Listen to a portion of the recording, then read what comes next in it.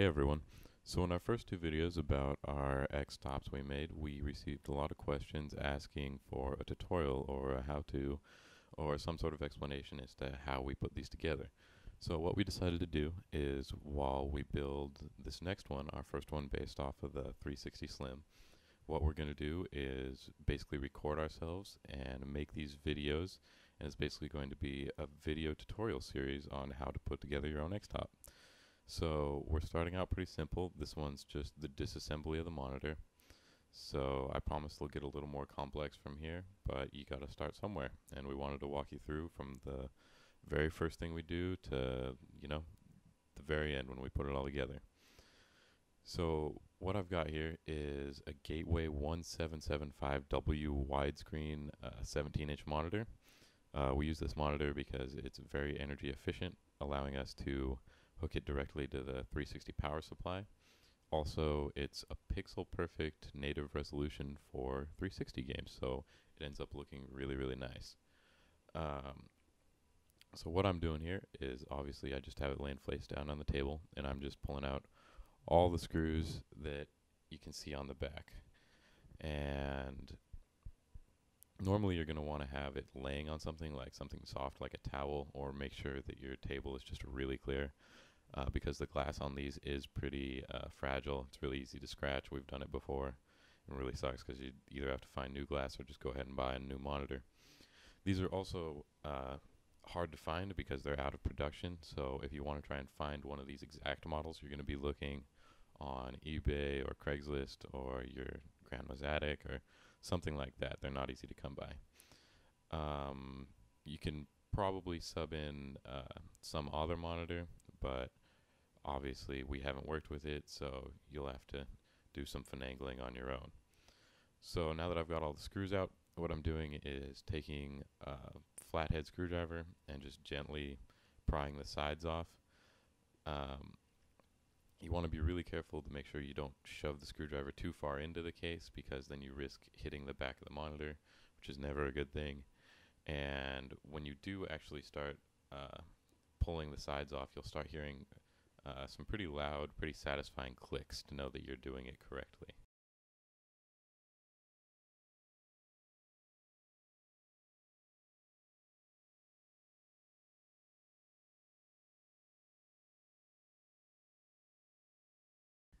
Once you've got all the sides off, what you're going to want to do is gently pull the face of the monitor off, and there's going to be a little wire going from underneath the monitor to the power button on the front, which you can just gently pull out of the circuit board on the power button. Then you can go ahead and set the front of the screen aside and pretty much get rid of it, just throw it away, whatever. Recycle it, I mean, of course. So the next step is there's 4 screws, one on each corner of the monitor, so you just have to go ahead and pull those out.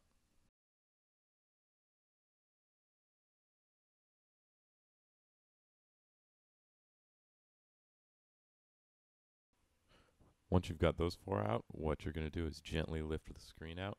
And when I say gently, I mean really gently, because there's still 3 cables holding it in. On the right side of the screen, you're going to see 2 cables like you can see in the video there. What those are the backlight power cords that plug into the inverter board that actually give the screen the backlight, which gives you the ability to see whatever's being displayed on the screen. So what you need to do, they're a style of clip that you need to squeeze together and kind of pull out, but usually they're kind of stuck. So what I do is grab the screwdriver and kind of give them a little extra pressure and wiggle them out a little bit. Just be gentle, because you're going to need those plugs and the inverter board later, so you don't want to damage anything in there. Once you've got those out, you're going to want to take the monitor and gently lift it up to the top. As you can see, there's still a ribbon cable which goes down into the metal casing, which is connected into the circuit driver for the monitor. So that's what actually displays the picture on the glass. So what I do here is hold the monitor with one hand, and with the other hand unscrew all of the, I think there's 8 or 9 screws in the metal casing, so that we can go ahead and get that cable removed and set the screen off to the side.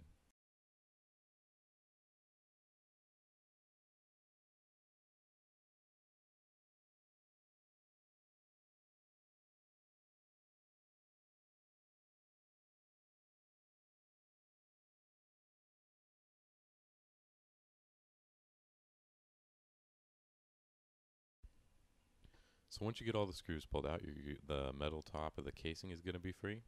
So what you need to do is gently lift that up so that it slides along the ribbon cable. Make sure it doesn't get caught or anything. And as the camera zooms in here, you're going to see that the ribbon cable plugs into a little connector there with a brown bar across the top.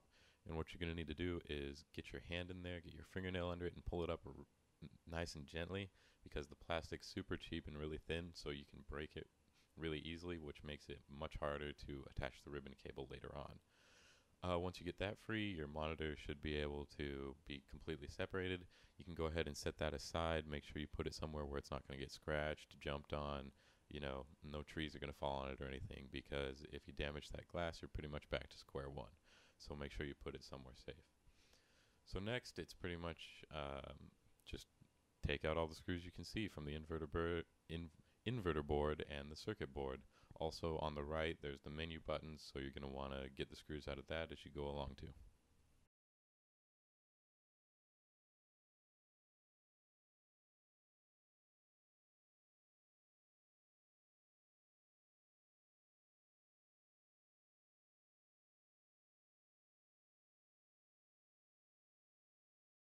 Once you've got the inverter power board all unscrewed, you can go ahead and gently pull up from both sides, kind of wiggling it back and forth, because it's plugged into the circuit board below it through some male headers, and it also has the power plug on it, which is wedged into the metal casing below. So don't pull on it too hard, just wiggle it back and forth and rock it out.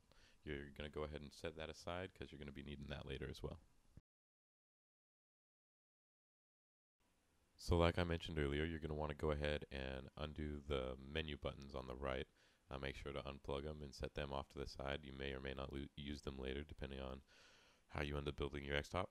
But then once you have all the screws out of the circuit driver board, what you're going to need to do is go to the bottom of the casing, and you need to undo the little nuts on the VGA and the DVI plugs, one on each side of each plug, so there's 4 total.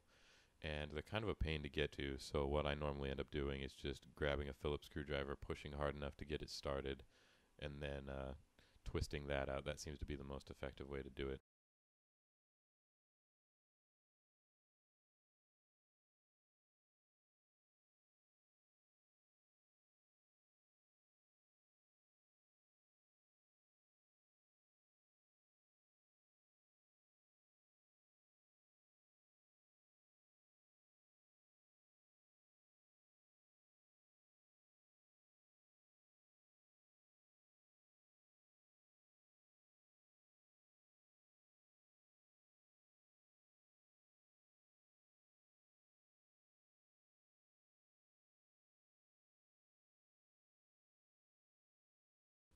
So after you've got those 4 screws undone, you're going to go ahead and lay the monitor casing back down, and then lift out the circuit driver.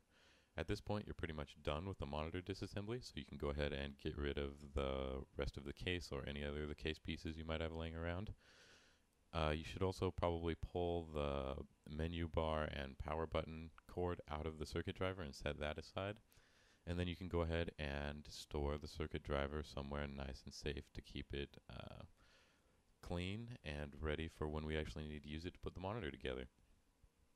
So like I said, this is going to finish the monitor disassembly. This is the first step in a fairly lengthy process to turn your Xbox and your favorite gaming screen into an X-Top. So I hope you've enjoyed this tutorial. In the coming weeks, we should be able to put up the rest of them, and so give us feedback, let us know how we're doing, what you'd like to see, if I'm being too loud, too soft, too clear, not clear enough, you know. We're here to help you learn how to build these. So let me know what you think, and until next time.